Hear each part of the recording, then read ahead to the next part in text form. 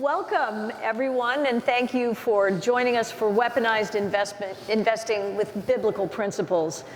The question we're going to address here is why financial markets, as we talk about the threat from China, why are financial markets funding totalitarian regimes to the tune of $2 to $3 trillion per year?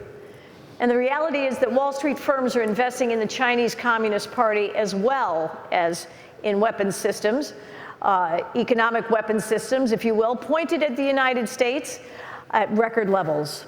This dynamic must be countered by conservatives. And we have a keen advantage in the financial marketplace because we have seniors, veterans, and other demographic groups who play a critical role in market economics. And these are the folks whom we can in turn weaponize our investments with them, with conservative and biblical principles. And we can harness our power to ensure conservative outcomes. I'm joined by a distinguished panel, Eric Bolling, our co-moderator. Thank you, Eric. Thank you, Nan. And Kevin Freeman, who is considered one of the world's leading experts on the issues of economic warfare and financial terrorism. Kevin, you've consulted for and briefed members of both the U.S. House and Senate, present and past CIA, DIA, FBI, SEC, Homeland Security, the Justice Department, and local and state law enforcement. And your research has been presented in critical DoD studies on economic warfare, Iran, and weapons of mass destruction. And you've presented to the Secretary of Defense and the Undersecretary of Defense in intelligence. And you've traveled extensively with research trips to Russia and China and throughout Europe and the Americas. And you're a senior fellow at the Center for Security Policy and a contributing editor to the Counterterrorist magazine. Kevin, thank you. John McLaughlin, good friend, pollster, strategic consultant, CEO and partner, McLaughlin and Associates, veteran pollster, strategic consultant with over 35 years experience, even though you don't look old enough, John. You've earned a reputation for helping some of America's most successful corporations, and you've won some of the toughest elections in the nation. Former clients include California Governor Arnold Schwarzenegger, Florida Governor Jeb Bush, and President Donald Trump, to name just a few. You've been recognized by Telly and PR Week campaign awards for your campaign contributions, so thank you, John. And Rod Martin, founder and CEO of the Martin Organization, technology entrepreneur, futurist, hedge fund manager, thought leader, and activist from Destin, Florida. Fox Business News calls you a tech guru. Britain's Guardian describes you as a philosopher capitalist. Gawker once described you as another of PayPal founder Peter Thiel's brilliant nonconformists. And you've addressed audiences on 4 continents, written extensively for publications such as Forbes, Human Events, Inc., Fortune, and FoxNews.com.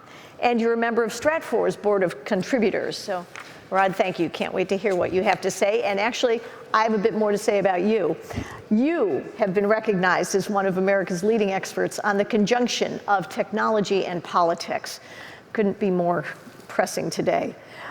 You formerly served as policy director to Governor Mike Huckabee and as an aide to senior congressional leader John Paul Hammerschmidt.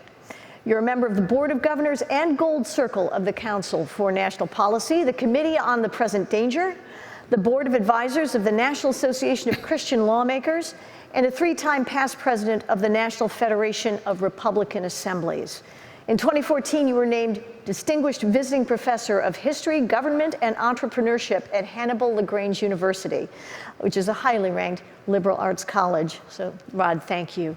And finally, our chairman, Dr. David Allen Brat, American academician and politician, and the dean of our Liberty University School of Business. You're a member, of course, of the Republican Party, and you served as the United States representative for Virginia's 7th Congressional District from 2014 to 2019, and you came to national prominence when you defeated then House Majority Leader Eric Cantor in the 2014 Republican primary, which was a watershed event.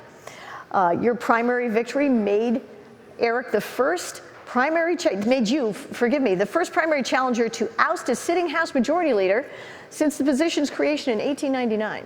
which is a remarkable accomplishment. And then in 2018, Abigail Spanberger became the district's representative. She is from the other party. We'll have to change that. And after working for Arthur Andersen as a consultant for the World Bank in 1996, you joined the faculty of Randolph-Macon College, where you served as chair of the Department of Economics and taught courses including Britain in the International Economy, International Economic Development, and Business Ethics. So, Chairman, we await your word, and now I'm going to hand the mic to you. Well, thank you, Nan. So the topic du jour is investing, weaponized investing with biblical principles. Now, I come from 25 years on Wall Street. Before I was in television, I spent some time on Wall Street, and then I understand a little bit about the investing part, weaponizing investments. I understand how to invest. I'll be honest with you, when I was asked to co-moderate this panel, with biblical principles was the kicker here. And I really want to dig into it. So why don't we start with Dave, because Dave, you're chairman, you put this together. Tell us what the biblical principle aspect of weaponizing investing means to you. Yeah, sure. I'll just put it in the most simplistic terms right now. This summit was organized by the Falkirk Center. And I want to recognize Nan, a former congresswoman from New York, who was humble in her own non-self-introduction. But it's an honor to have you with us today. Thank you. And so the Falkirk Center was put together for faith and freedom. And essentially, our country is a product of the Judeo-Christian Religious Foundation, first and foremost. Out of that comes James Madison from Princeton, writes us a constitution, gives us rule of law. And then you're really lucky and you get Adam Smith, rough Calvinist Protestant from Scotland, and give it the free market system. We all got rich together. And so that is the set of ideas and institutions which made this nation exceptional. And that is under attack right now. And China has been running an information war against us since 1999. I mean, prior to that, Mao and the Cultural Revolution. But 1999, a couple colonels wrote a book called Unrestricted Warfare and outlined the information war, the technology war, and the economic war they're running against. They saw the results of the Gulf War and the kinetic war. They knew they couldn't match us. And so they've been fighting a war against us. The question is, are we at war? And the American people are just finally waking up to this. President Trump is the first president we had in 40 years that's done anything to take China head on. And so the biblical principles are just the Judeo-Christian principles in which we recognize that every person on this planet, including 1.4 billion Chinese, are created in the image of God. And they're being repressed and run by a totalitarian regime under Marxist principles. And so the religious war at the highest level is just a simple one. It's God versus no God, God versus atheism. And the biblical principles we can get into, but I mean, there's not much debate there on the ethical principles that most all cultures follow, but the 10 Commandments, love your neighbor as yourself, love God above all, etc. So, Kevin, if you could expand on that, I think this is another area of your expertise. You take David's very eloquent introduction to the biblical principles aspect of investing, weaponized investing, aggressive investing, pointing a finger at countries or groups that may be cheating, may be lying, i.e. China in this case. How do you work around a China, and I'm going to get to Rod in a second, because here's a man who knows money has no color and has no creed and has no gender, but so how do you work around it, China being such an important aspect of investing? What do we do with China? Well, first let me address the biblical principle, which is Jesus said in Luke 16:11, he said, if you're not faithful with your unrighteous mammon, who will ever trust you with the true riches? So as a practicing Christian, to me, biblical principle means I just need to be faithful with my money. I need to, where I spend it, how I invest it, how I give it, all matter. And what we try and teach people, because we have the TV show Economic War Room on Blaze TV, we try and tell people your money is as much a weapon as anything that you do. And if we are in an economic war, and we are in an economic war, I mean, we've had multiple panels here that have discussed it, the Chinese talked about it in unrestricted warfare, This is not a traditional war where you're going to kiss your spouse goodbye as they're going to go get on a boat and go fight a war somewhere. It's an economic war. It's a war intended and targeting average Americans and individuals. And if you're going to fight that economic war, you got to get your weapons. And if it's an economic war, your weapon is your money. So China has been, for more than 2 decades, infiltrating our financial markets to try and convince us the only way you're going to make money is if you invest in the future growth of China, because the Chinese economy is inevitable.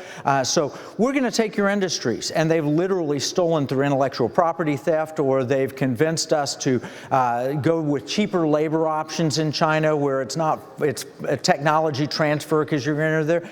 And we want to help Americans say no more. Our money is going to be invested so that we can do what President Reagan told us to do. We have to fight for freedom to pass it on to the next generation. And the way that we do this is we weaponize our money. So we invest in American industries, American businesses, or allies of the United States, but certainly not in Chinese companies that don't conform to our accounting standards and so forth. Very good. Kevin, when you say this is the embodiment of President Reagan's, and I'm sorry to Eric, but just apropos of President Reagan, of the embodiment of his peace through strength, this is just what we're talking about, so that we don't go to a kinetic war? Right, absolutely. If we continue to transfer our technology to China, and we continue to invest in Chinese companies through, like, the thrift savings plan, we stopped that, praise God for that. But thrift savings plan was about to take veterans, money from veterans and active duty servicemen and women, and government officials, and your retirement plans. Yeah. It's going to take that money and it's going to invest in a number of Chinese companies that are under sanction by the U.S. government. So we're not supposed to do business with them, but you can invest in them. It's ridiculous, it's ludicrous, but they've so co-opted Wall Street, so we're training investors to weaponize their money so that we can save America and pass it to the next generation. David, I want to jump in. I'm sorry, Nan, because former economics professor, correct? Yep. So we have this issue. And Kevin very importantly points it out that we need to weaponize our own money. However, when China owns $8-10 trillion worth of our debt, couldn't they weaponize against us as well? Well, I just want a quick note on that point before we get to Rod. But the biblical principle also is where your treasure is, there your heart will be as well. And the problem is the American people, we have a good heart. The Judeo-Christian ethos is still woven into the body politic in America. And part of the problem is they just don't know that we're at war and that they're investing, right? President Trump just ended the thrift savings account. We had our military retirement accounts and pensions and congressional retirements invested in Chinese weapon systems aimed at us. Most Americans don't know that's going on. Most Americans don't know that Chinese firms are not audited. Joe Biden and Clinton arranged that, right? So they had a special, our firms have to be audited. So you can own a firm that has a zero balance sheet. If China says their balance sheet's zero, your assets are wiped out. Yep. No one knows this, and so Kevin's been pointing that out, and Rod's been working in the field for decades. Important to point out, Rod, also, let's talk about not only what Dave mentions, but there are other issues with China. They are notoriously aggressive and successful thieves of our intellectual property. We know that. Well, they absolutely are. And you look at Elon Musk coming out recently and saying, I won't even file any patents for anything we're doing at SpaceX, because the minute it publishes, I have given the Chinese a roadmap and they will steal it. I mean, there is no concept of intellectual property that they're going to recognize because, oh wait, did we mention they're communists? They don't believe in private property any more than the socialists do, who are burning down our cities here at home. So we have to understand that yes, a war is a very good analogy. It's not a shooting war, although I think we just lost 140,000 deaths to a Chinese virus, which is clearly a bioweapon. And if we don't take these things seriously, we're going to be vulnerable to that again and again and again, because guess what? It worked. And America was all too happy to just close itself down and put itself on a level that gives China a significant advantage. They are taking those advantages at every opportunity, and we have to wake up. Yep. Very quickly, Huawei. Tell our viewers and the audience why Huawei is so dangerous to the United States and other countries, free countries. At the very least level, we become completely dependent on Chinese infrastructure to run literally everything. at a significantly greater level. We find ourselves siphoning every bit of information in the Western world to the Chinese Communist Party. At the most fundamental level, you may rest assured that dependency on that infrastructure means the ability of the Communist Chinese to shut off our infrastructure at key moments and in key ways that will cripple us in the event of true hostility. And thievery of all our data. Absolutely. And without exception. And yes, anybody who has TikTok on their phone has lost their mind. So now, how much Rod, can you give our viewers an idea of how much they can gather, the Chinese can gather through their TikTok accounts if they have TikTok on their devices? I will admit to not being a technical expert on that, but it appears that, for example, it is tracking your keystrokes. So it is capturing your passwords, it's capturing your love letters, it's capturing anything that you type into your phone, and not just things you type into TikTok. Isn't the same true, by the way, of there is a risk people will be introduced in innocuous ways to, and not to get off topic, but just this is to innocent-looking games, like let's play the aging game, right? Put your picture here, and we'll show you what it's going to look like when it's aged, and that has to do with facial recognition technology that they're developing and refining. For the lawyers present, all of these would fall under the category of attractive nuisance. It's like having a swimming pool in your backyard and not having a fence because the neighborhood children are going to come drown in it. That is exactly the strategy of these games and things like TikTok. John, if you can jump in here and just explain why the dance. Now, President Trump has to play a tightrope with China. He can go hard on China if he wanted to for all the reasons that we've outlined. However, there's a downside to that. Please explain. Well, the downside is that they have so much invested in the United States. But on the other hand, Kevin took a survey with us that you should explain behind the survey. But he came to us at the end of June, and we took a survey of 1,000 likely voters across the country. And it's modeled after a national election, just like we're having this year. And the good news about that is most Americans are on our side. Yeah. So I don't know if you can follow this, but we'll post it on our website. But if they have it, when we asked about when making decisions for personal investments or savings, which of the following statements do you agree with most? I make investing or savings decisions to get the greatest financial return regardless of values. 35% agreed with that. 38% agreed I make my investment or savings decisions to get the greatest financial return, but those investments based on my own personal values, that was 38%. And that's kind of split between left and right.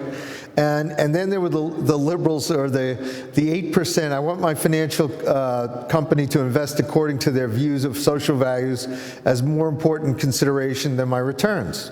But they're a small minority. Yeah, yes. Could I comment on that? Yes, absolutely. The problem is Paul. The major Wall Street firms have made it clear that we're going to invest your money with the idea of you getting the best possible return down the list. Larry Fink of BlackRock has said very publicly, we're going to invest for environmental, social justice, and governance, ESG. And he's told all the people who've invested, yeah, your return is secondary to those principles. And that is a political statement that Larry Fink is making. What he's doing is weaponizing all of our audience's money. If you're invested with BlackRock, he's weaponizing your money for these progressive leftist causes. But when John did the survey, what John found was, hey, look, either get me the best possible return, or if you're going to invest based on values, make sure they're my values, because it's my money. Only 8% wanted to hand the keys off to Larry Fink and let him run with it. Kevin, give us your new acronym, your alternative to ESG. Instead of ESG, we believe in LSV, and this is more popular. LSV is liberty. Personal liberty, economic liberty for America. S is security, personal security. It could be Second Amendment rights, it could be cybersecurity, and it could be national security. I want to preserve our nation. And V is values. Yes. which are Western civilization, Judeo-Christian values. And that is what we believe the majority of Americans want. Wall Street's not giving Americans what they want. Wall Street's giving Americans what Wall Street wants. So stay right there for a second, LSV. Give us an example of an L investment, an S investment, and a V investment. Well, L investment could be a cybersecurity company. It could be Second Amendment, a gun manufacturer. Smith & Wesson. Yeah. No, that's security. I'm all about actionable. So let's be actionable here. Everything that you believe in personal or economic or national liberty. So any of the things that you're told that you're not allowed to do that are legal, which why we get in the Second Amendment notions. So liberty, it is all about weaponizing it so that you enjoy liberty. Liberty means that you can drive, for example, Ford Motor Company had their employees come to them and say, we don't want you to make police cars. Employees came to Ford and said, no manufacture of police cars. Well, why would you do that? I actually want police cars. I want to invest in something that does make. So rather than limit your investments like ESG would do, it's open to your liberty, security, and values.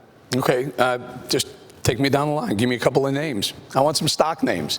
Our people out here want to hear what you have. Can I tell you something? The reason why I asked you, I spent, like I said, 25 years on Wall Street, and it was always about having ideas. Ideas are absolutely important. Right. When you can say, you will show people what you're talking about. Off the top of my head, I'm hearing Smith & Wesson. I'm also hearing, G was what? What was G? LSV. LSV was values. Values. Okay. What about Goya? Well, and the reason would Goya fall into one of these categories? I'm not going to give stock because I am a registered investment advisor, and I have no idea who's watching this.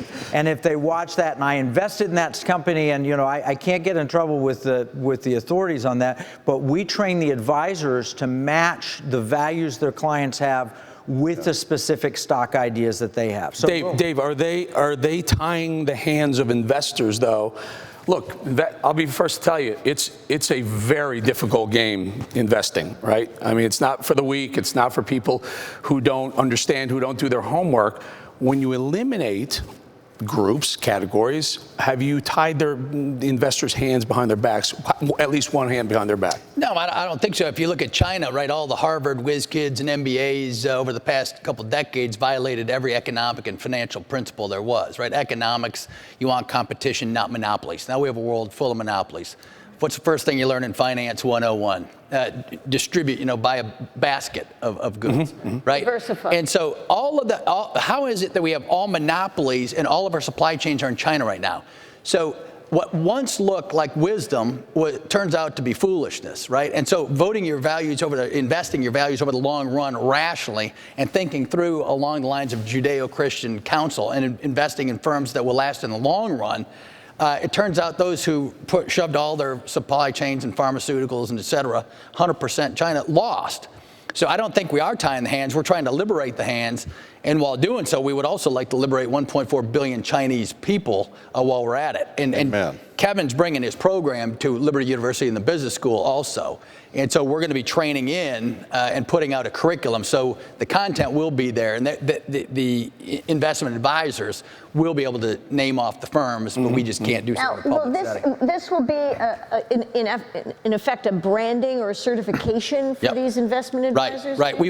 Eventually, we want it to become so that Americans, the burden is, why isn't my investment advisor following these values?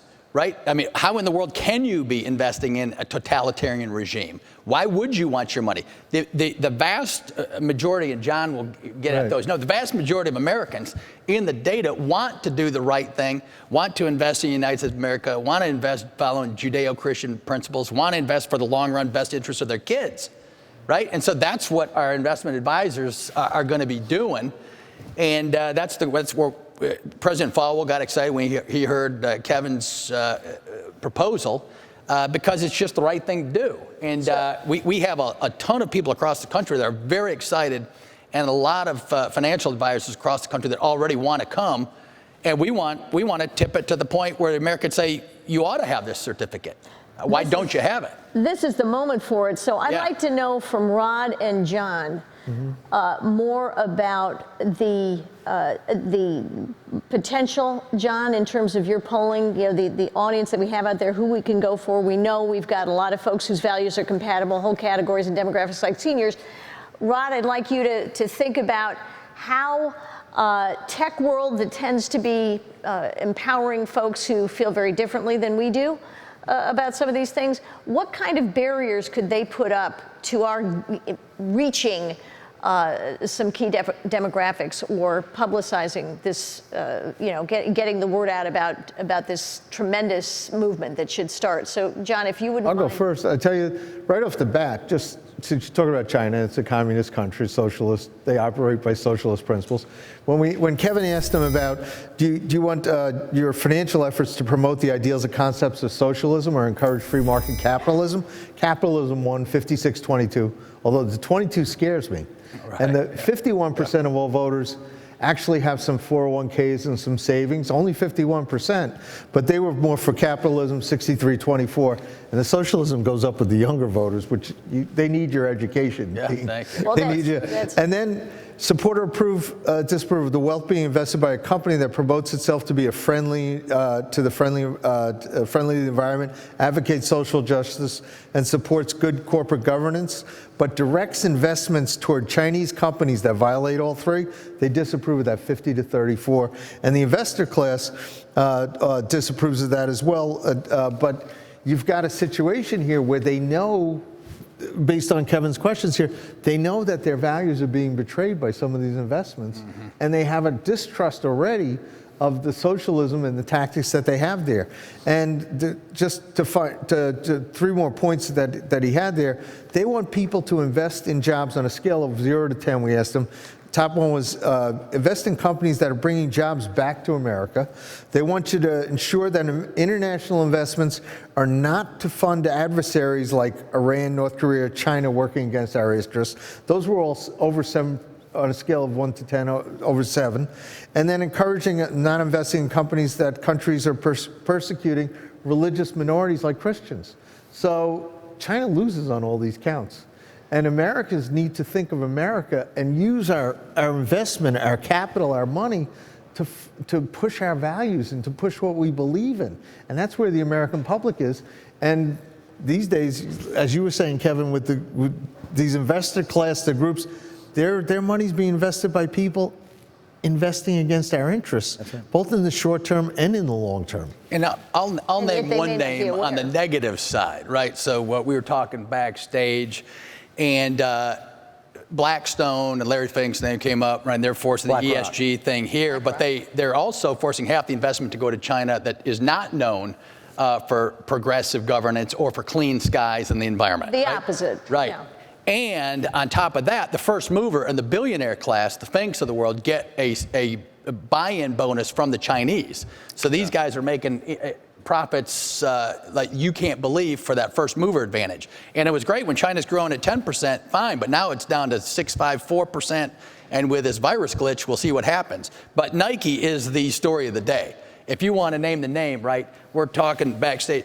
The Nike investment, right, how they have the nerve to do a virtue signaling when they're using Uyghur slave labor to make LeBron's Nike swoosh sign and shoes like that is just staggering to the American mind. Absolutely. Right? And so we want to bring attention to that kind of a story.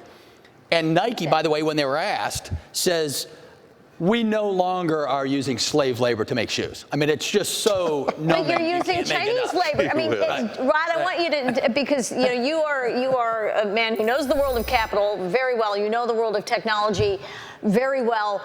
You know what barriers we are up against in terms of the public mind. John has clearly demonstrated with his findings that we can tap into a market, but we know how challenging it is because of all the barriers that players with money, Dave's just pointed, the globalist mentality and the globalist access, they perpetuate their own self-interest. How do we reach beyond the barriers that the globalists and the technology world folks who have a lot of money and a bigger voice than we It feels like, how do we get past that? Well, it really is a two-edged sword. And before I hit that, I would just like to say that when Kevin's talking about liberty, security, values, sometimes that's a positive thing. Let's find a company, you mentioned Smith & Wesson, that advances that. Sometimes it's just a matter of not investing in companies that use slave labor. Sometimes it's just a matter of not subsidizing the creation of a surveillance state and a social credit system that's being exported to the whole world. And that, of course, is your nexus with technology. Sure. We absolutely have to be mindful that this technology can work either direction. It is content neutral. So on the positive side, when we were building PayPal, we went from 0 to 25 million customers in 2.5 years before we sold to eBay. That's really cool. I can tell you what's really cooler is we enabled the creation of 2 million small businesses in that same 2.5 years. And that's just grown exponentially from there.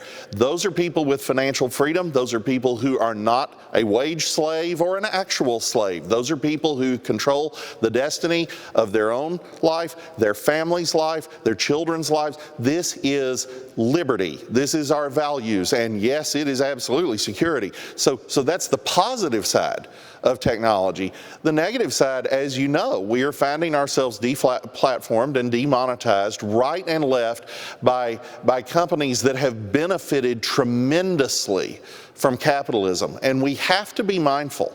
You know, Lenin was not wrong when he said that the capitalists would sell the communists the rope with which they would hang us. He is absolutely correct from the grave and from burning in hell. And you know, we're doing it right now. Why? Well, you've got all the reasons why. It's more that. And you have to understand that on a fundamental level, that is this. Big business people are not capitalists. Capitalism isn't the philosophy of big business. Mm-hmm. Capitalism is the philosophy of the little guy trying to get ahead. The poor kid from Arkansas who gets to go be part of creating something like PayPal. That's my philosophy because that's how I go from nothing to something. But when you are in power and you have a ton of money, what are you going to do with it? You're going to take that money and buy government as a club to beat your rivals and competitors into submission.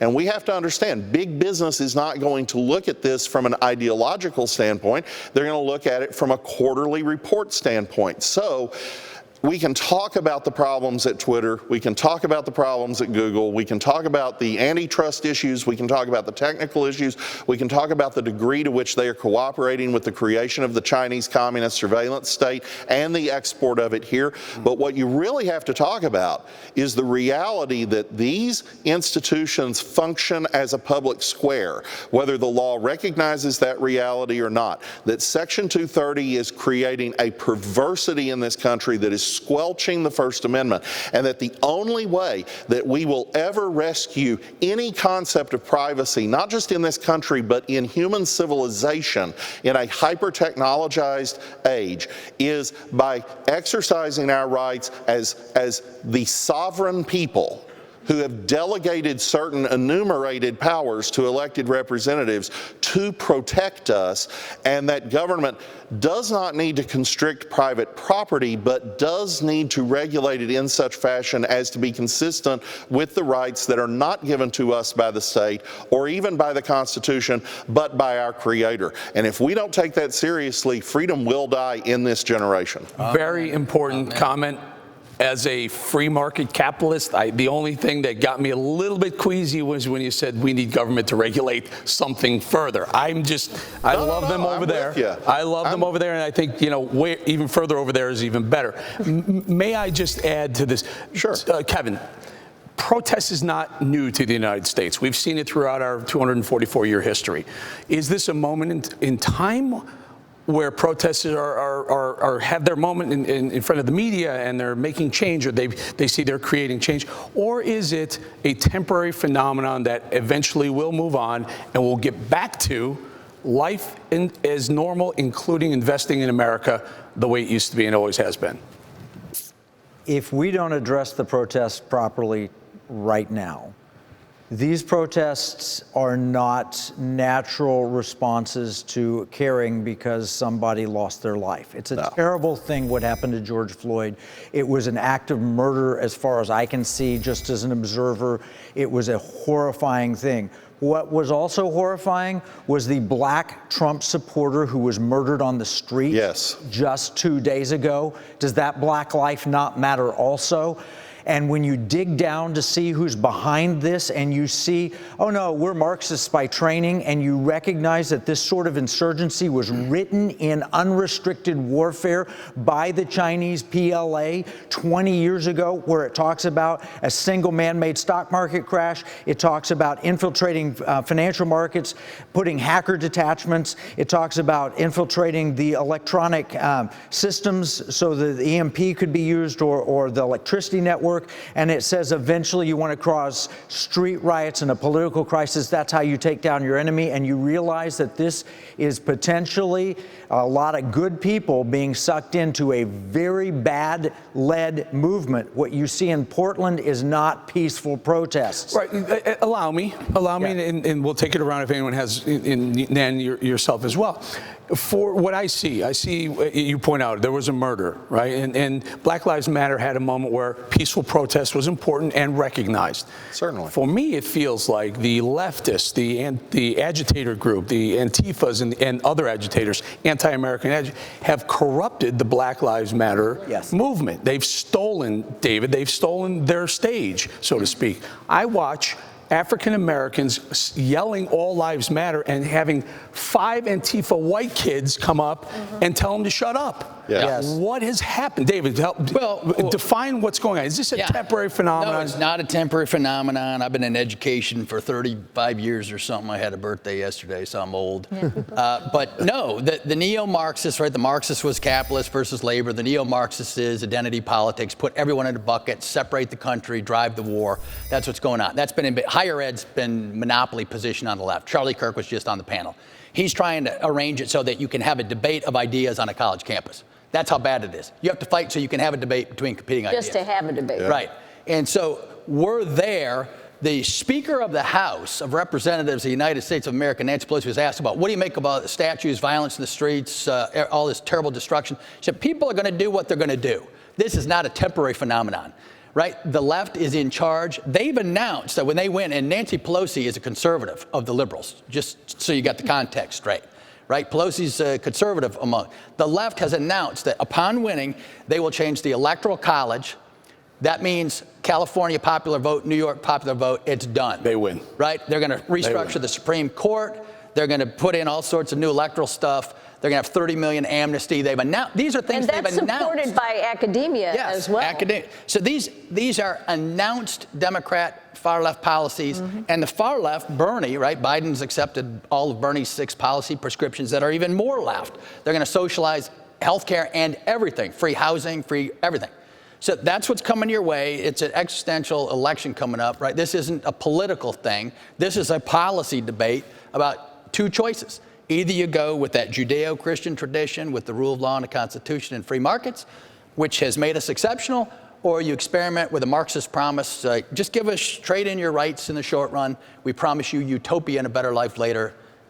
You never get it. And it's being funded by American corporations who think they're doing the right, well, no, they know better. They're putting money into Black Lives Matter. They're capitulating to Black Lives Matter. They are throwing, and then American people need to know that. And where you invest, who owns these American corporations? The shareholder owns them. But we're moving from a period, Joe Biden said, we will end shareholder capitalism and move to stakeholder capitalism, which means ESG, which means progressive, far progressive left principles. This is the existential war of our generation. It's with the Chinese, it is with the far progressive leftists. And I'll tell you, I was talking to Lieutenant General Stephen Quast the other day. Right. And General Quast is a brilliant man. He helped lobby and get Space Force in place.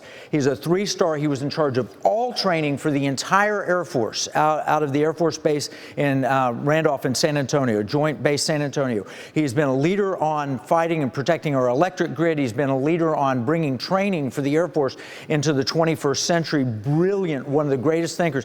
And I said, hey, we're having this. Can you come be on a panel? He said he couldn't, but what he could do is he could send us a video. And he said, who do you want me to direct this to? And I said, talk to the advisor. This will be the beginning of one of our training sessions at Liberty, and he's going to be welcoming the advisor to the war of the 21st century. I don't know, can we roll that? Hello, and welcome to Liberty University. This is boot camp for the 21st century warfare to protect our Constitution, our economy, and our values. And I want to thank each of you for being here. And as a student of history, as a general officer that has studied strategy and the competition between great civilizations and the art of winning, I want to remind you of how important you are and how powerful you are at preserving our Constitution and our Republic. It's been fascinating to watch, but our competition in this world have understood that our free market and our open economy has allowed them an advantage that they are taking irresponsibly. Let's take China. We let them into the World Trade Organization. We allow them to benefit from many things that are a result of the fact that they started from nothing. And they have taken advantage of that, and they are weaponizing our free market and our open society and our values of the respect for every person. They are using them as weapons against us. Because this is as old as time, this struggle between economies. All national security is economic, and all long-term victories in war have been those that had the bigger economy and can use it to paralyze their adversaries. We are living in an age where the warriors of tomorrow, you sitting in this room, are the ones that understand how this world is interconnected economically. Everybody involved in business and finance, those who know how to follow the money and make sure that we are resilient as a society, are the big winners. So here's what I propose to you. You are the heroes of our future. By understanding that our economy in America must do two things. It must be independent enough and resilient enough to be able to manufacture and produce the businesses and the capability to protect America, to feed America, and to give America the 7 pillars of prosperity without any need for anybody else if required. And that's food, water, shelter, energy, information, healthcare, and transportation.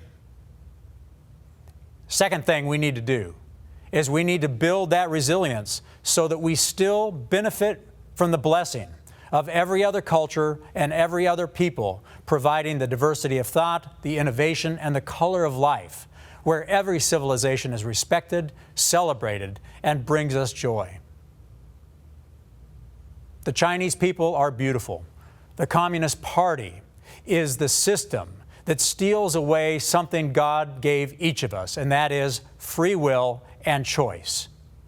Our Western civilization, our Westphalian model, our Constitution are designed around these principles where every person is created equal and every person should be respected, and that we can live free and happy in an open environment where people can come and go as they please, and we can innovate and grow prosperity in our economy that can be never ending. But that can only happen if all of you consider this opportunity as your boot camp for the training, the education of knowing how to fight this new fight in the 21st century. It's different than the industrial age. It's different than the agrarian age. It is our time to stand up, to learn, to fight, and to win. God bless you as you go forward. And just remember, God is on your side, and you are on the right side of history. Good luck. John's poll told us that 74% of investors want an advisor who represents them, that represents those values that General Quast just said. That's what we're talking about, weaponizing your money. And this, if we're in an economic war, the warriors are the financial advisors and the ones that can represent you and your money. And that's why we tell people, if you want your advisor to represent you, go to economicwarroom.com/advisor, and you'll learn about the Liberty training program that we have, so the advisors can help represent their clients and weaponize the money. Because the individual can't do this on their own. They can't pick the stocks. Kevin, the Bible, of course, talks about turning swords into plowshares, which is ultimately what we want to do. But in the meantime, your advisors are going to help their investors turn their shares into swords. There we go. Brilliant. Yes. Dave, what should young people do watching this right now? What's the path that you recommend? Yeah, well, unfortunately, our K-12 system, we're talking about investing in values, and we're a bunch of seniors sitting here on this panel. And the young, you aren't, Dave. I know, yeah, I'm right. But the young people, unfortunately, in K-12, God has been taken out of the schools. Ethics has been taken out of the schools. History's been taken out of the schools. Philosophy's been taken out of the schools. On the left, deconstructionist leftist philosophy has been injected into the schools.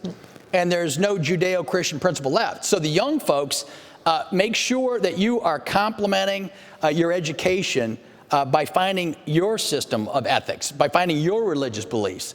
Everyone, right? John will tell you that the belief in God is overwhelming. Now kids are coming out of COVID, right? They've been cooped up. They're looking for meaning. And instead of having a traditional background and underpinnings and a foundation delivered by education systems, they're looking for it. And instead of finding that traditional system, they are finding social justice warriors that want to get on the streets and pound the pavements. And that is what they're viewing as their way forward in terms of finding meaning on life, right? Every human being has intrinsic need for meaning. And that's all they're seeing. And so we need to get out and share, hey, no. We've been through, this conversation has been had for the last 3,000 years of Civ, right? And so you need to get educated in these things. We need to do a better job and get more aggressive on pushing it because it does matter. And so the parents out there need to pay particular attention. Send your kids now. Make sure you investigate the universities you're sending your kids to. And that's another way to weaponize your investment in your kid, which is the most precious asset you have. I will tell you anecdotally, Nan, I'll throw it over to you in a second, but I don't work with Liberty. I have no connection to Liberty University. I was fortunate to spend an afternoon at Liberty University with the First Lady. Yep. We came to the stage to talk about the opioid crisis, and clearly it's a big issue. It's a big issue for me personally. I was blown away at the students of Liberty University. Yep. 12,000 loud, cheering students, something you just don't see at other college campuses around the country. So hats off, kudos to anyone who's involved with Liberty. So terrific place to be. Thank you. Nan, all yours. Oh, Eric, well, we have another few minutes. If I may, I'm going to ask our entire panel to sum up for us. Right. Rod, can I start with you, please? It is essential that we become deliberate in our investing, as in everything.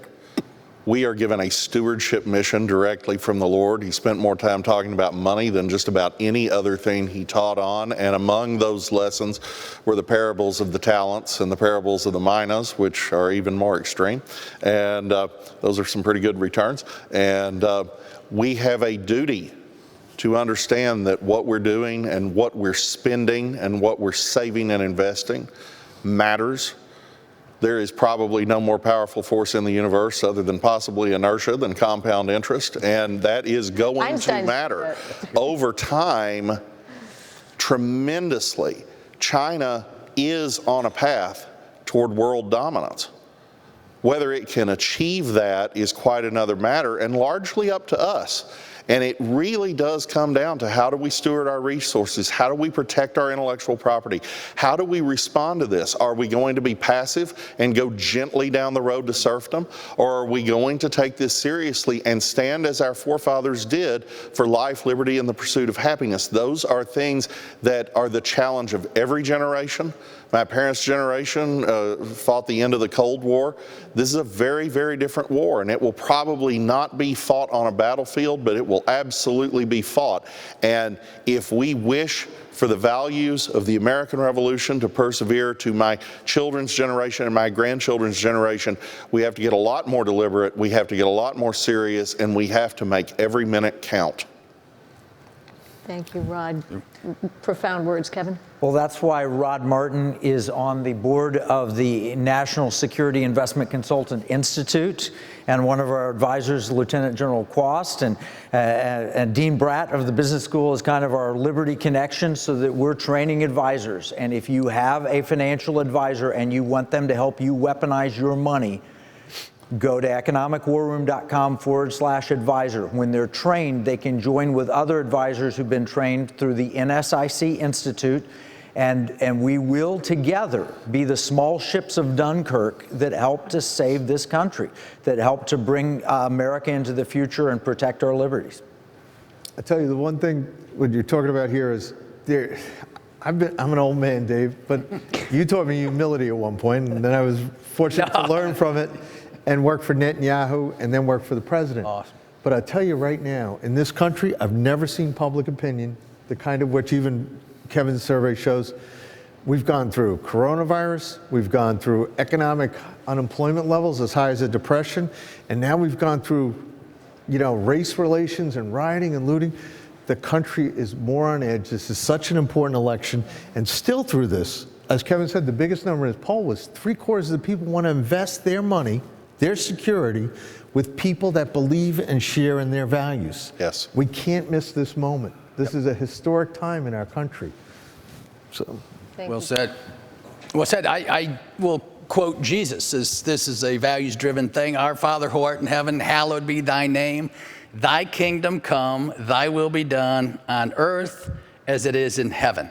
What is the kingdom of God?